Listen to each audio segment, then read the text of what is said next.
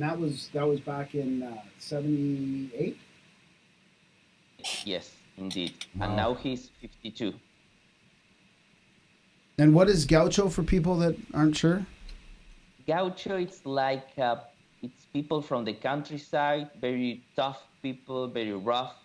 It's like mestiz from indigenous and Spanish people. So it's like a slang. Right, right, okay, okay. So how did you take this whole project on? How did you get involved in it? Well, the sh- the short long story, it's like I was writing a script in 2012. I was doing like automatic writing, Oh, and I was yeah, and I was writing about an abduction case from a couple. And when I realized that I was writing this kind of stuff, I said like, why I'm writing this? And then I started to make some research about the UFO phenomenon, about the abduction phenomenon. By that time, I wasn't interested on the UFO phenomenon. My mainly focus was archaeology, ancient civilizations, and what is below Earth, and that's it.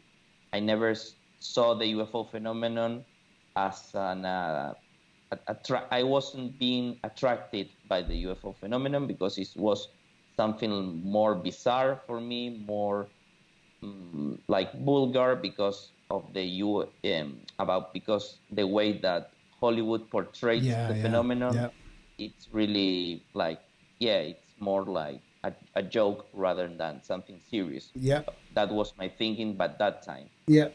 And until And you did the sorry, automatic writing. yeah, I did this. I was like practicing my different kinds of writing, and by that time I was doing automatic writing, and then I finished 30 pages about this story, and this like research leads me to buy a book that Wow. was yes cases of abduction in Argentina. It was written by a psychiatrist, Dr. Nestor Berlanda, who is in the movie also. And when I was presenting my previous movie, my first one, it's called Humano. I was presenting it on a theater in Rosario. It's a city 4 hours away from Buenos Aires. And in that theater, Dr. Nestor Bernanda was one of the people from the audience. And I was having his book while I was speaking with the audience because I was reading that by that time. And he saw me, and he felt that this is a synchronicity, this is not something by chance, Wow. we have to meet each other, we need to go and take a lunch. And the next day, while we were having a pizza, he he started to talk about of one of his most significant cases, that was Juan's case.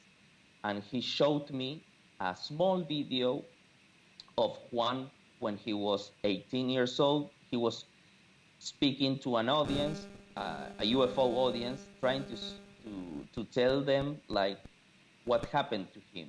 And then he broke down. He couldn't speak. I think that image is on the trailer, Yeah. and it's one of the earliest scenes in the movie. And and when I saw that, I felt something really big inside of me because I felt that I was seeing something that was true. Uh, I was seeing like a trauma experience from a supernatural trauma that was inside of this young man.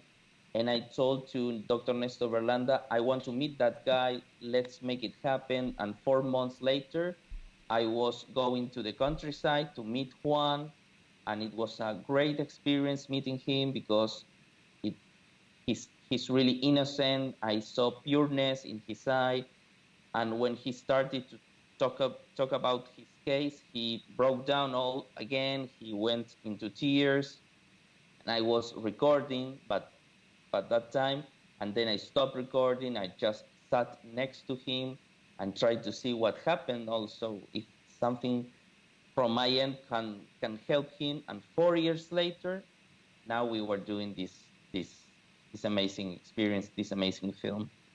That's incredible. I had no idea that this started with such a synchronicity. I mean, we talk about that on our show all the time, and we've had so many authors and creators in here that have been spurred by this massive synchronicity in their life. I mean, and that's incredible. So you started the automatic writing, and it led you to that theater, and you met the guy, and then, I mean, that's amazing. Yeah, the background of the story is it's quite amazing. Also, the experience of having Jacques Vallee was also a synchronicity. It's a movie that, well, at the beginning of the project, I wanted to make a UFO documentary about new theories of what we are dealing. I wanted to show Jacques Vallee theory primarily, but then suddenly, when we started to make this movie happen, we saw a broken man, and I couldn't make another thing that rather than help him, try to put all our energy and see if we can help him to like integrate his experience that he had 40 years ago. It's 4 decades of loneliness, of sadness. He was living in a truly hell. Wow, that's incredible. So this is one of the rare cases, like reading the synopsis and Jacques Vallee saying that I don't think this ever happened where there's been a 40-year gap between Vallee, because didn't Vallee first investigate that 40 years ago and then again now? So he has actually seen the reconnection and the change after 40 years, I guess.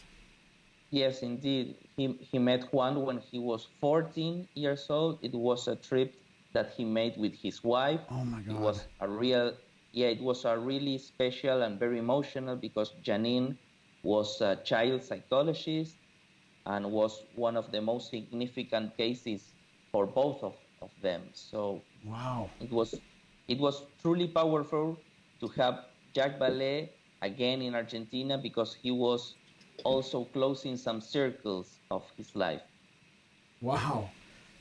Yeah. That must have been emotional for both of them then.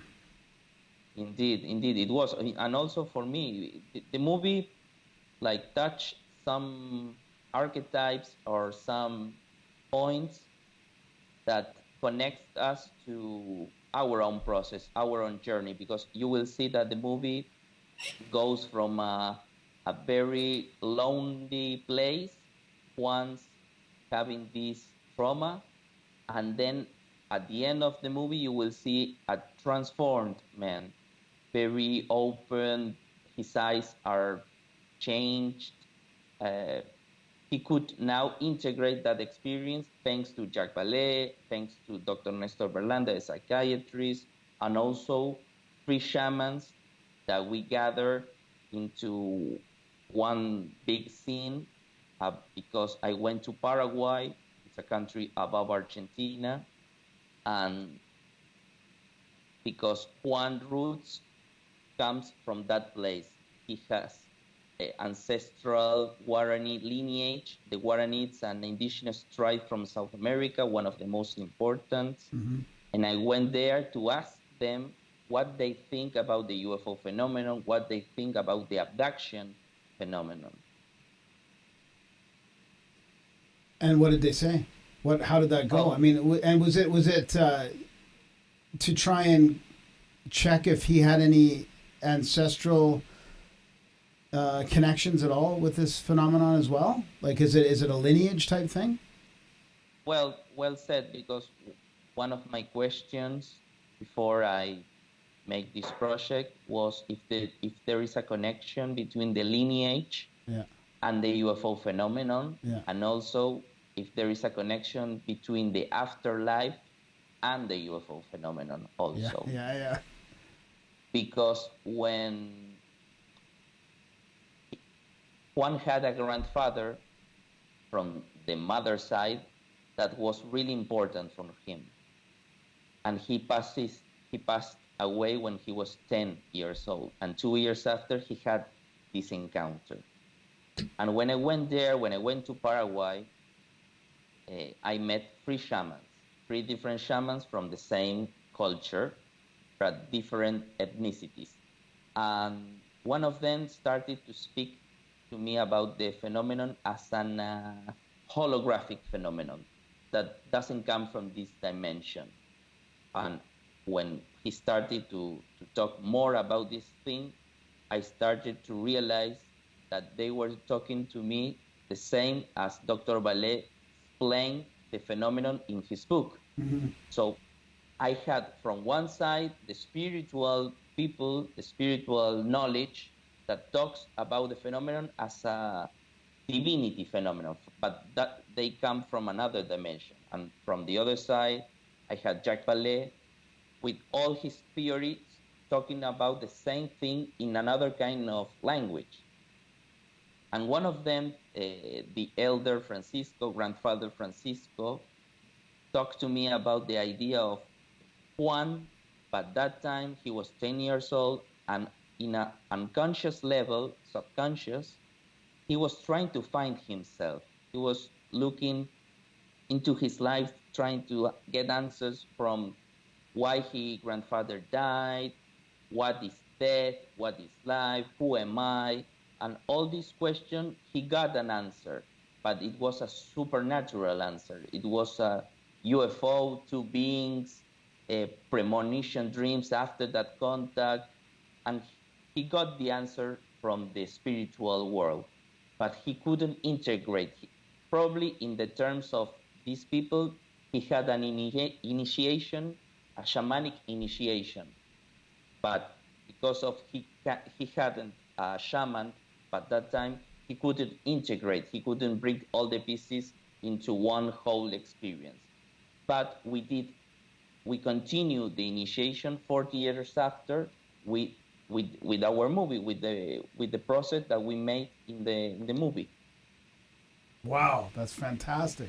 So do you think then, is it like a bunch of different dimensions, or is it sort of like an underworld type? Like, I'm just wondering if the shamans are looking at it as there being a bunch of different dimensions, or is it more of like an underworld in our world sort of thing, or like a spirit world in our world sort of thing, where there's just maybe two? I don't know. I don't know, because the other thing that they told me is that the idea of the phenomenon has two sides. Like I think it was Sylvia, the wise woman, that speak to me about the idea that this phenomenon could come from the good side or the evil side, and you won't distinguish which side it is, because it looks the same. But what is the tricky part? They had old chants that start to sing when this phenomenon appears into the community, or to some people from this tribe, and they start to sing and to obligate that phenomenon to show the real side of this phenomenon, in order to they can tell if it's good or bad.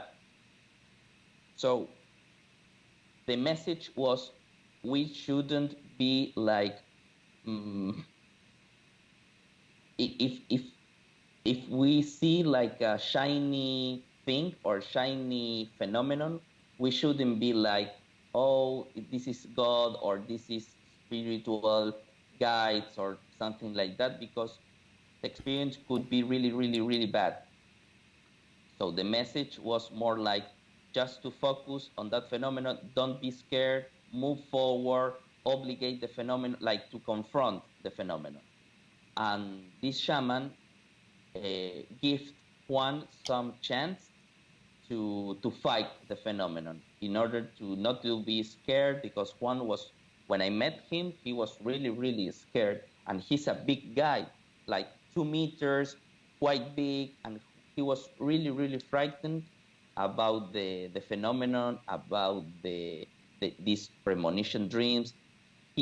When I met him, he felt that he was the only person in the world, or he knew that he was the only one that had this kind of experience.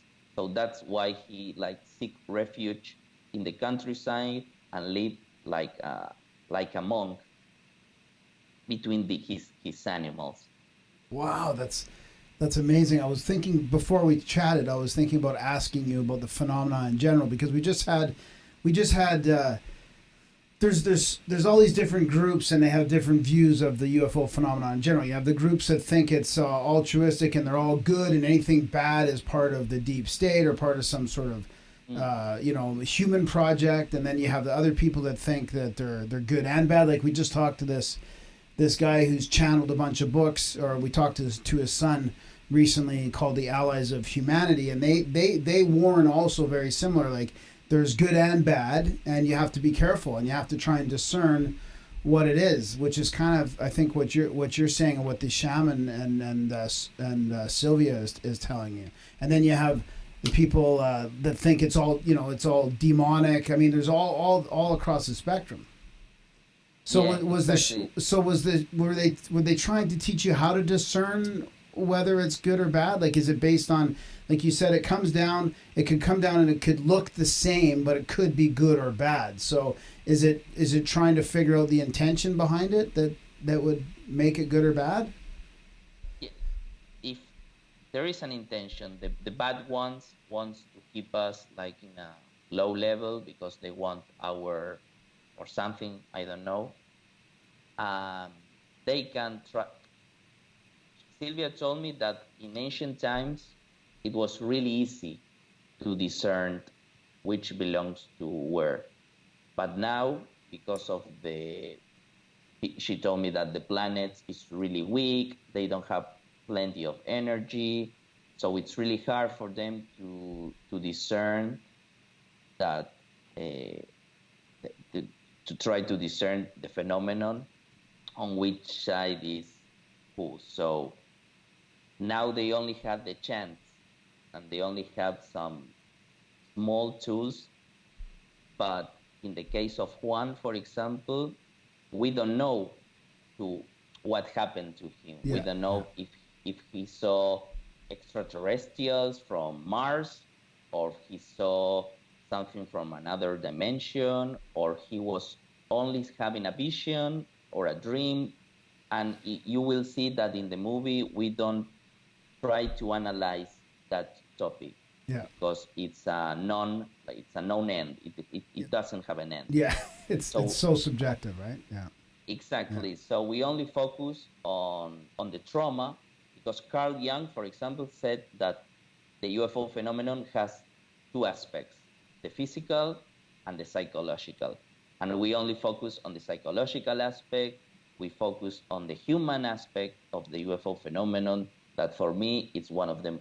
It's the most important aspect, because we don't focus on what he saw, what were they, who are they, how was the ship, the size, etc. We try to focus on the trauma and to see if we can get some answers from that. And we did get some answers, because we realized, for example, that when I met his mother, the mother of Juan, he confessed to me that she had similar experience when she was a teenager. Wow. And this was a secret, because Juan never knew that. So this is an information that was revealed only for me. And after that we did the movie, she opened and started to speak again to Juan about this experience, because at that time, when Juan was 12, everyone was telling him that he was mad, that he invented that experience. Also his relative, his mother, no one believed to him. So it was a real nightmare living in that environment. So that's why he left away and lived by himself. But it was truly nice to see that his mother told me that experience, because then I started to realize that perhaps there is a connection between the ancestry and the UFO phenomenon. Yeah. And Juan now has like the ability to remember. He started to remember that he also had at least two other encounters. One when he was 40 years old, and the other one when he was approximately 45 years old. But but he remembers that because of he started to feel better, and he could now integrate that experience. And you won't see those experiences in the movie because by that time we thought that he only had one experience. Yeah. And that's it. Yeah. So it's funny. I was going to ask you about if part of the trauma, or a lot of the trauma, was due to not being able to be accepted or share his experiences. Due to the ridicule or the rejection of it. Well, it's a good question, because when I started to ask him about his case, it's not a traumatic case. There's no surgeries, there's no abduction, there's nothing wrong Right. in the experience. Yeah. So I start to say, like, why he's like living in this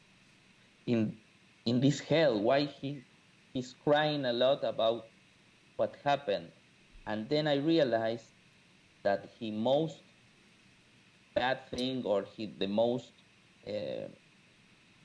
the saddest part, is that immediately after the encounter, he started to have these premonition dreams about death, about accidents, and some of them happened, and he couldn't stop them. So it was a real nightmare to see the accidents of some friends or some family that he couldn't stop.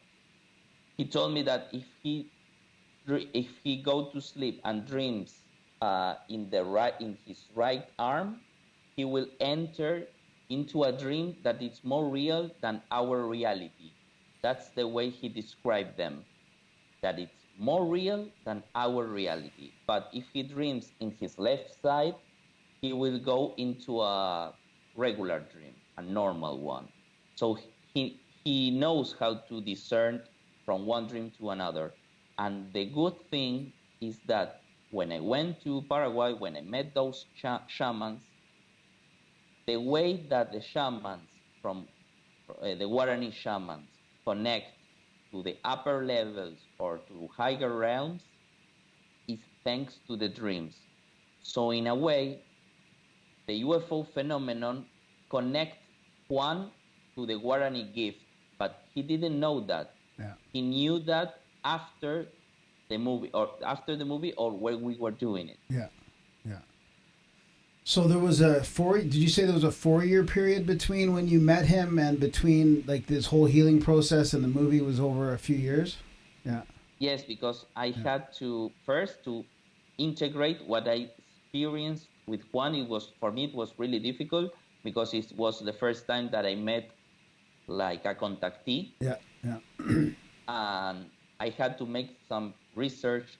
I read plenty of books from Jacques Vallee. I made like a list of books for the UFO phenomenon, from the extraterrestrial hypothesis to the multidimensional hypothesis to the skeptic ones. And I make a big salad, and then I start to make the movie because I felt that I was secured on going into this subject. Yeah. Yeah. Wow, that's interesting. So what's your feeling about the overall phenomenon then? Do you have any notions now after you've made the movie, after you've absorbed all the different aspects of the UFO field? I mean, it's changing dynamically now as we speak. There's mainstream media is taking it more seriously. I mean, even just since your first initial meeting with him and today's date, everything has changed in the field. Exactly. Well, for sure. I believe that we are not alone. There is something else for sure. I still don't know what we are dealing with, but I know that there is a connection between our consciousness and the UFO phenomenon. Yeah. It's like really, really a really tight bond that I don't know why we had that. I met a Kabbalist 2 weeks ago, and we started to talk about the UFO phenomenon. And for them, they said, like, in the Kabbalah, it's really simple because we know that the UFO phenomenon are the death one. It's where we going, and they in the death world they have these kind of tools. I don't know that can go into the material world and they go into the spiritual world. But we don't have in our reality. We don't have that kind of technology. So he told me that there is a simple connection between the afterlife and our life. What do you think of that? I mean, is it? So does that mean the aliens are dead relatives? Yeah, exactly. Oh, I like that. That's lovely. The answer. Yeah. They show themselves in different like, you know, depending on your consciousness maybe. I mean, or depending on who knows what. So they're just checking in on you. So like that could be his grandpa who died a couple years before. You know that. Yeah. Exactly. Yeah. Exactly. It's hard to. I like the idea that they have a technology aspect to it. Aspect to it, whereas we're using, I guess, stuff like meditation and psychedelics or different tricks like that you can sort of get a glimpse, but you don't really have any real handle on anything while you're there. Maybe one day we'll have a technology where you just like throw on the glasses and you're there and you can throw on the ears, you can see them, and there's actually like 8 of us sitting around the table right now instead of 3 of us. Yeah. Indeed. This was for me the biggest question. Yeah. I've never heard that before. That's I like that. I'm gonna run with that for a little while. So there is the good and the bad, the evil versus good. It's kind of subjective then, like you said. It shows up and it could be either or. It's the same as people. You get the same mix as you get with people. You never know. Yeah. Exactly. Yeah. Exactly. Huh. So you better be careful out the C-setting or CE5. Yeah. What's your take on the C5? Because this guy likes to go out on the weekends and try and summon UFOs. Do you think that's a good idea? Sorry, I didn't understand the question. Not on my own. Like, well, we go out and we do the CE5, like Close Encounters of the Fifth Kind, like coming from the old Close Encounters of the Third Kind, right? The fifth kind is when you make contact yourself. So we go out and we meditate and we try and, through love and positive intention, try to see things, right, or make contact. And I don't think it's a good idea. I agree. Yeah. So, do you think? But it's okay to go look at the stars. That's okay. It's just you don't summon them. Or should I just stay indoors? But don't try to the whole idea that the shaman tried to explain is that you don't have to make a divinity from this light or from this object. You don't have to make a cult or a religion around this phenomenon. Yeah, that makes sense. Yeah. So do you feel like you were? I mean, probably an obvious question, but that you were guided to write this, to do this movie? I mean, with the synchronicities and the automatic writing, like, do you have any theories about what would be behind that? Are you just connecting to a higher purpose or higher self, or? I don't know. It was really scared for me because when I was living that experience and I started to realize all of this synchronicity, it was really scary because I felt like I was Truman Show. Yeah. In the Truman Show movie. Where's the camera? Yeah. There were too many, but I'm not feeling that there is a higher purpose, and just in the small view, I feel that when we do good things, like try to help someone, the synchronicity will appear magically because we are doing a good thing. And that was my choice when I decided to go into the healing process of one rather than try to explore about the UFO phenomenon, because there are plenty of documentaries out there trying to explain the UFO phenomenon from the conspiracy side that the governments are like, how do you say, hiding, Yeah. The cover up. Yeah. cover up, an extraterrestrial theory. But then I decided just to focus on the human aspect of the phenomenon, and I hope that plenty of documentaries tries to follow this vision, because we could help many people by doing this, because out there are plenty of Juan Perez in the world. Yeah, we agree. Helping people, it's coming up all the time now on the show. Love and support and helping people. And I mean, that's a healing, like just opening up the dialogue with people, right, and sharing that. I mean, that's exactly one thing that I think people are feeling more comfortable about telling their stories and without judgment and ridicule. And you don't have to know the answers. Like, you guys just put all that aside. Like, doesn't matter what the thing physically was or what the answer is or where they're from. It's just like, let's teach him how to, like the shaman said. I mean, I guess he has to fight through it, or at least approach the fear and deal with it and get through it, I guess. That's the only way to deal with any of that stuff. Yeah. Head on. Just sit and listen. Yeah.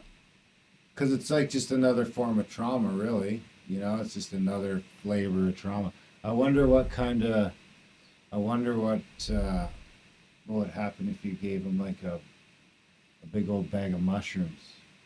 I wonder if that would give you the same sort of healing potential. Healing potential is like, because I mean that's working for other forms of trauma, right? And autoimmune diseases and stuff like that. Did you come across anything like that? Well, for example, Dr. Nestor Berlanda had a theory that these kind of people have higher levels of DMT in their brains. Oh yeah. They have like the ability to enter these conscious levels or realms, because they have plenty of more DMT like sensors than regular people. Yeah. And yes, I agree with that theory, because when I met Juan the first time, I felt that I was getting into this world just by sitting next to him. It was a really special meeting, because it was actually happening into my physique. Yeah. So it was really weird. Like the goosebumps and all that, like you could feel it. Yeah. Yeah. Exactly. That's another interesting way to look at it, as being like different levels of, because I mean there's definitely something there with the DMT and the nature of reality or consciousness, or I don't know what, but there's something going on there. And to think of that as different levels of that being different levels of reality, like maybe there's even like that could be the like hierarchy of consciousness. So there's things that are below us because they're getting a like less drip of DMT. So that would mean that on that dose of DMT, you're probably going into that same realm that these people are able to navigate fluidly. Yeah, and then he's getting his premonition dreams from it. Like he's able to have these. He's got supernatural powers now because of that access. I'm gonna have to go back. Yeah, Darren. The reason it's funny because Darren just tried it for the first time a couple of weeks ago, and it's changed him quite a bit here. Oh.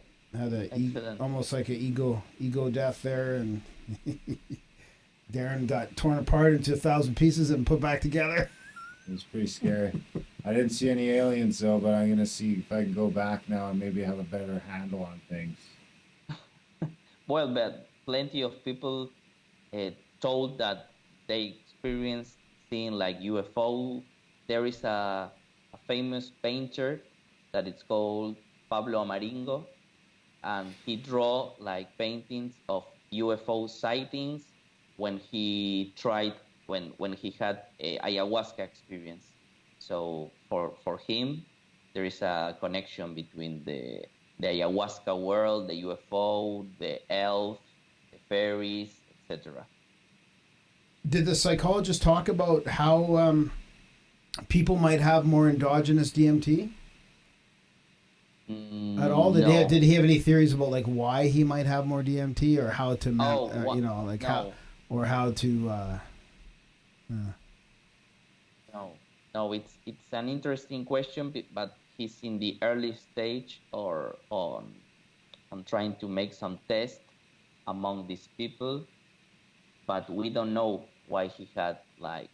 Probably one of the answers could be after the encounter, his like his DMT like put him in on a different level. yeah. Because, for example, when we practiced the regressions to Juan, it wasn't like an hypnosis. It was like more like a relaxation process. Yeah.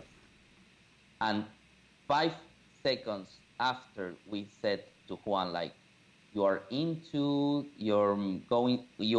into your lost memory. You are now 12. He was suddenly 12 in just 1 second. And Dr. Nestor Berlanda told me that this kind of people goes into this relaxation mode in 5 seconds. Yeah. It's different for me. For example, if he practiced on me regression, I will take an hour or two, or maybe it won't be possible to get into my memories. We've been talking about these yogis that use this method called the Kachari Mudra, where they can put their tongue up their nasal passage and lick their pineal gland and get DMT, like endogenous DMT that way. And I think it's possible. I mean, I think it's possible. I think it's batshit crazy. I'm still practicing. I'll let you know when I get there. Let me know. You can smoke it and I'll just lick it. At a bachelor party. That's interesting. I should try and get hypnotized again. Yeah, see if it's any different. That's a good idea. And you know what? Jason's a hypnotist. There you go. Yeah, see, that's an interesting theory too. Huh. Can we talk about your other interest before we run out of time? Like the other book or the other movie that you're going to be making that's in. I mean, you went from all this ancient mystery and the inner earth. I don't know if it's inner earth or underground. I don't know what you call it. But and then you kind of went into this whole thing. But those are some more interesting topics that we talk about all the time here. Well, I was doing this. I was involved in this project for more than 10 years because I wanted to have evidence about a lost mother civilization. Wow. That was settled mainly in America, because in South America we have the hardcore evidence that could like demonstrate that there was a hidden lost civilization. And then I went to the Andes to find this evidence in the Lake Titicaca. Yep. But when I went there, I met a shaman, and the shaman told me that before I can understand these things or the origin of men, I have to be human. And then I said, like, what do you mean? And then I did a movie called Humano, thanks to that answer, because I focused more on the human aspect again, try to understand who am I, rather than to get some answers about the origin of men. But now, 10 years after, I want to go into this movie it's about this lost civilization. It's about what is below Earth, mainly, because you had the East tradition, for example, from Tibet. They speak about the idea of Shambhala. Yeah. Shambhala is a lost city. And you find that in America, in the Andes, the shamans tells us the same thing, that there is an Andean Shambhala also. So we have these two ancestral knowledge that speaks about the same thing, that below Earth there is a center, a spiritual center, that is connected to their fathers, or for example in the Andes, they call them as the Huiracochas. The Huiracochas were the ones who built Sacsayhuaman, Machu Picchu, for example. They know that the Incas didn't do that. The Incas, when the Incas shows up, the buildings were already there. But if I say this thing into the archaeology world, they will probably kill me because it's established that the Incas did that, the Egyptians did the pyramids, and so on. Yeah. So the movie is more like a journey into different countries like Peru, Bolivia, Egypt, India, Tibet, and we go into this knowledge in the, guided by Anselm Pirambla. It's an European researcher that who he was the first to try to prove the existence of this civilization by doing some excavation in the heart of Cusco, Peru. Wow. He found out that there was a tunnel of 2 kilometers between the Coricancha, the old Inca temple of the sun, now is the Santo Domingo Church, because when the Spanish came to America, they built a church above old temples. Yeah. So below that church, there is a big tunnel of 2 kilometers that goes from this church to Sacsayhuaman, an old citadel, very, very, very big. But the good thing is that inside of this tunnel, there is a network of tunnels and chambers, and all the Inca treasure is there. But we don't know where these tunnels go. The history and the legends told us that these tunnels goes into the heart of the Huiracochas, into the place of the Huiracochas, the old gods. And we have the same legend in the east, in Tibet, when they speak us about the idea of Shambhala. So with the movie, we will try to bring all the pieces together into this big puzzle and see if we can try to explain about the idea that there was an old civilization, that we were never being alone, and what kind of connection there is with this old humanity and ours. That's great. So those tunnels haven't been. It still Von amazes me Daniken that they always- haven't been explored all the way down. Yeah, like Von there's so many Daniken mysteries. said and he stuff. went down that one with that dude that time and found all that stuff, and then they couldn't find it again. Really? And I always thought, he's probably just bullshitting. Honestly, No, it's true. But now this guy, he's talking about all these tunnels. I'm back on board. I owe Eric an apology. Sorry, Eric. I mean, he's got a whack of money in the bank. He don't give a fuck. But that's funny when you're talking about the churches and the temples. I was thinking like spreading democracy. Yeah. The original spreading democracy. Yeah. That's too bad. I think I seem to remember other cultures having the same kind of inner earth or theory besides Shambhala. I read somewhere recently there's like 4 or 5 different versions of Shambhala. What was that movie called again? In India, sorry? What was that movie called again?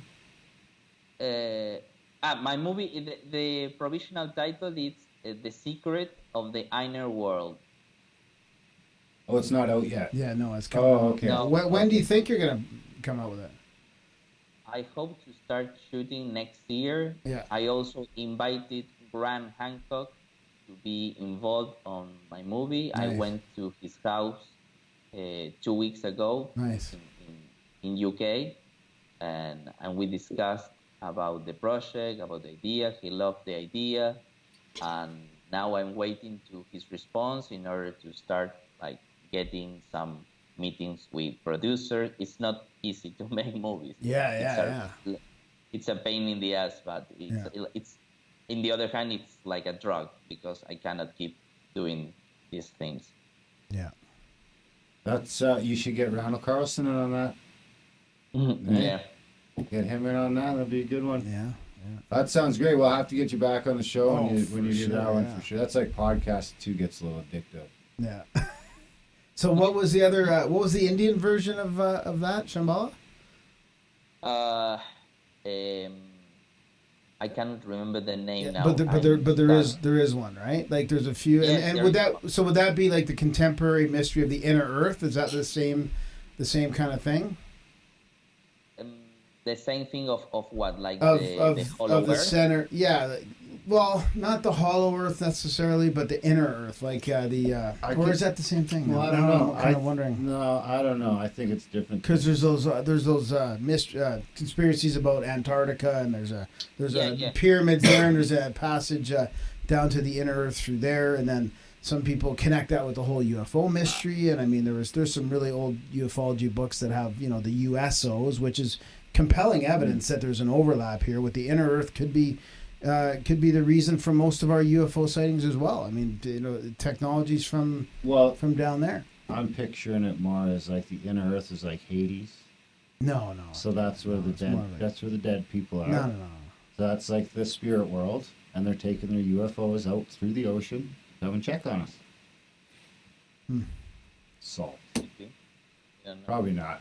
But that's how I picture the inner Earth more in that context, as being like the shadow world, being the spirit world, being What, not a physical place with tunnels like leading into like a inner No. Earth, like a big caverns and like big civilization down there. reptilians just rocking out. No.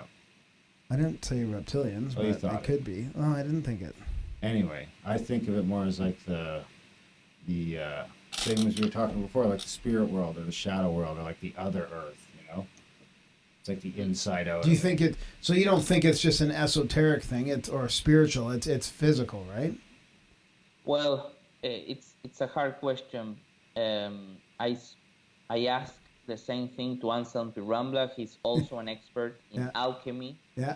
and his answer was that the answer is both, because there is a physical world, but also it's a spiritual world. Yeah. I don't know what happened below, but the shaman from the Andes, for example, this subject is forbidden.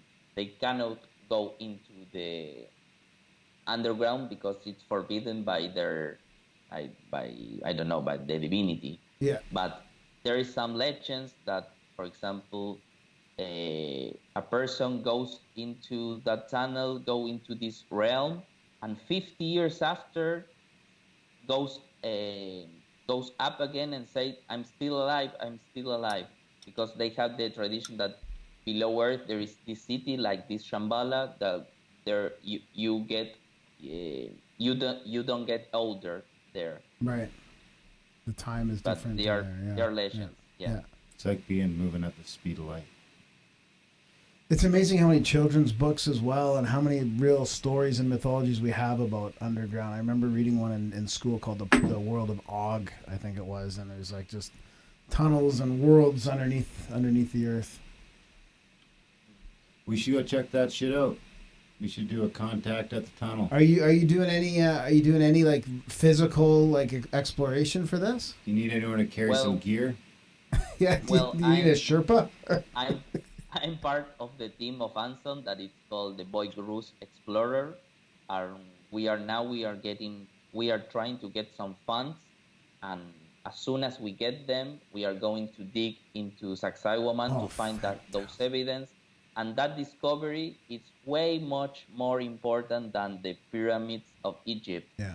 Because I cannot tell what the real importance of this discovery is, but we are trying to get some millionaire and to try to help us, because it will be a really, really important discovery in archaeology. Yeah. Oh, man. I mean, that would be incredible. There's Well, so if you- much we don't know. Yeah, if you end up doing like a crowd fund or something like that, let us know and we'll make sure we push it as far as we can. Yeah. Thank you. Is Antarctica part of that whole mystery, do you think? I cannot answer that for sure, but I think it is. Yeah. But not the way as the conspiracy theories try to show us, in a different level, because also there are some legend and chronicles that speaks us about that the whole world is connected below Earth. Wow. That would be an amazing discovery. I used to think that when I was a kid. You know, I kind of just like go straight through to China. Yeah, bullshit. Is there anything else you want to cover? No, for me it's okay. Yeah, I mean it's I don't know, what a fantastic story. I mean I love the, you know, the part about you just letting all the you know, the answers go and just help Juan. I mean, really looking forward to watching this and seeing and looking forward to your future projects. I mean, it just sounds amazing. I love the way you've been guided through synchronicity and I just find it just mind blowing. Thank you, Ram. Well, it will be live on October 22nd. Yeah, okay. The movie will be released. Okay. Yeah. Well, when this episode comes out in podcast form, we'll send a copy over and send you a link, and we'll put all this stuff in the show notes. You know, your link to the movie and all that, and some of the other stuff we talked about. And honestly, come back when you know what you're going to do with the crowdfunding. I mean, we had Graham Hancock on a couple months ago, and we've done a lot of these ancient mystery shows with people. So if you need to get back on the podcast with a couple people or talk about the crowdfunding, I mean, we'd love to support your next project and what you guys are doing. Thank you so much. Thank you so much. Yeah, and I mean, we probably can't realistically come carry your shit for you, but we got Americans all over the world, so, you know, maybe some of them would love to, you know, if we told a couple of our listeners that are down there already that they could go chum around with you and Graham Hancock for a couple of days and they just got to carry shit, they'd be all over it. Yeah. Yeah. Thanks. Anything else? Where can our listeners track you down? Do you have a website, any social media? Oh, we have like our official website is witnessofanotheworld.com, and Witness of Another World is also our Facebook fan page. Okay. Awesome. Okay, we'll link that to that. Thanks so much for your time. Thank you so much for having me. It was an amazing experience. Yeah, that was a great chat. Thanks for getting up early or staying up late or however you work that out, but we appreciate it. Usually it's us that has to stay up till 3 a.m, so we appreciate you jumping on that grenade. Thank you. I will go to sleep again now. Yeah, good. Perfect. Okay. Well, we hope you have sweet dreams. Usually it's like second sleep when you get to go lucid. So. Sleep on your right side and see how it goes. Yeah, I will. There you go. Okay. Thanks. Okay. Ciao. Bye. Bye. Bye. Wow, that was our chat with Alan Stivelman. That was pretty shocking for me, man. That was awesome. Are you pretty well off the C5 now? Are you ready to just like give that shit No, up? no. I'm like it's exactly what he said. It's like, just don't have any like. So what if you're just like in a bad neighborhood? Like religious, don't have any religious, What if we're in a rough neighborhood of space that day? Well, you're traveling through, we could be going through through the gangs of New York dead people. Yeah, like turning right off the bridge in Oakland by mistake or something like that. Yeah. It's borderline. You know what I mean? Yeah. In the rough part of town. Well, I don't know. I got a different, I'm learning and I'm open to different things. I'm not going to be dogmatic about any of it, It'd be interesting to see what the experiences are the next time I go out, for sure, with a different, You know what now? I'm trying to wonder if your health slide coincided with your C5. No, I already told you what it coincided with. What was it again? Dungeons and Dragons. Oh. That's right. You started D&D and on all your It was exploring the inner world in Fantasyland. And he's going to go do it on his own. I love it. We'll go take improv classes. Wouldn't that be great? D&D. Oh, that'd be awesome. If we could just do this, go travel and look for tunnels. We all right, have to guys, we're going to South America for a couple of weeks, looking for tunnels. Yeah, I would do that. Like just. Well, and then we could get people to meet us. Imagine finding the location to the inner Earth. You find Diablo. Not that I want to be like, I don't care about being the guy that found the location, but just to actually see it would be awesome. You want to be the guy that gets to find it, but you don't need the notoriety. No, I don't. No, I'll be like just. You just want to just see it. Yeah, I'll just be in line. I'd like to be in the first group. I want to be the lead guy. Well, the lead guy always scary. gets killed. Yeah, exactly. I'll go up front. Sneak ahead. ahead. You go first. Mike will go up first. I Sneak bet there's in. lots of entrances. I know, that's the Oh, we'll thing. split Why haven't up. they been? Maybe that's part of the missing people thing. Is just They'll like split up. They just like go there's there. got to be. We got to They find go- an entrance. That's where they go. There's actually entrances in the national parks too. Exactly. And all these people are just, they go there and they're like, fuck Earth, man. This place is happening. It's just like a rave all Yeah, the just time. constant, People are like- dancing, good food. Yeah, what if there's more people under the surface than there Yeah. are on the Yeah. surface? It's just a great time down Supposedly there. there's more water down there. No crime. Like, think of all the oceans. Supposedly there's twice as much water under the surface than on the surface. Like It's a under, lot. you mean under what we know of as depth? Yeah. Like under that even? Mhm. Because yeah, I mean, imagine if you looked at the Earth and how deep the oceans are. It's probably only really on the surface level. under So the that crust whole of center, that. yeah, under the yeah, that'd be fascinating. Yeah. It's all ones and zeros. Phosphorescent, like glowing plants and light. Everybody's got Like, like, remember you that know, old Final Fantasy movie? back in rave the gear day? and like blue, the blue. What do you call it? That movie? Avatar. Avatar? Yeah. So do you ever, talking about the CE5 thing, you know that James Gilliland down at Gilliland Ranch? Yeah. Yeah. He has Is his the, mic on? Can you turn mic on? he He's has on. the E-SETI. He has the E-SETI and they call people in. Yeah.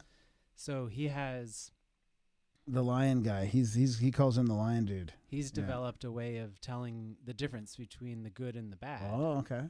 Right. He says this every single time. The lion guy's got a problem with weed. Read that. He, He says this every time that he calls them in. healing negative influences. Close your aura by seeing a white or gold light around you.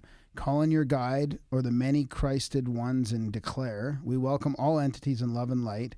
We speak to you all from the Lord God of our being, telling you all you are healed and forgiven, lifted and enlightened. Healed and forgiven, lifted and enlightened, filled and surrounded. By the Christ light and the Christ love, we ask that the beautiful many to escort you in all your perfect place. Go in peace. So basically, he calls in all the entities that are out there. And then he says, I Eat my- envelop you in love and light. And if you don't like it, then the beautiful ones will take you to where you want to be, but you can't be here. So You don't have to go home, but So you in- can't. So instead of Stay trying to here. figure out who you're dealing with, he basically envelops. He says that all the bad ones will go away as soon as you envelop everything in love and light. Then they can't handle it, and so Yeah, they leave. yeah. And then whoever you're left with, Well, that's Who are kind of you? that's Tell me kind of what's part up. of the CE5. I mean, that's kind of what we Is try it? and do, right? is We- it okay? I don't not that in depth of a like a standard sort of Yeah. prayer type thing, and we don't Yeah. necessarily talk about Christ love or Christ light, but we do talk Well- about it. Like we do our chakra clearing and love in our hearts and put out love and light, and it's all based on that intention. I don't right? think But- he means the Jesus Christ. No, I know. necessarily. It's the Christ consciousness kind of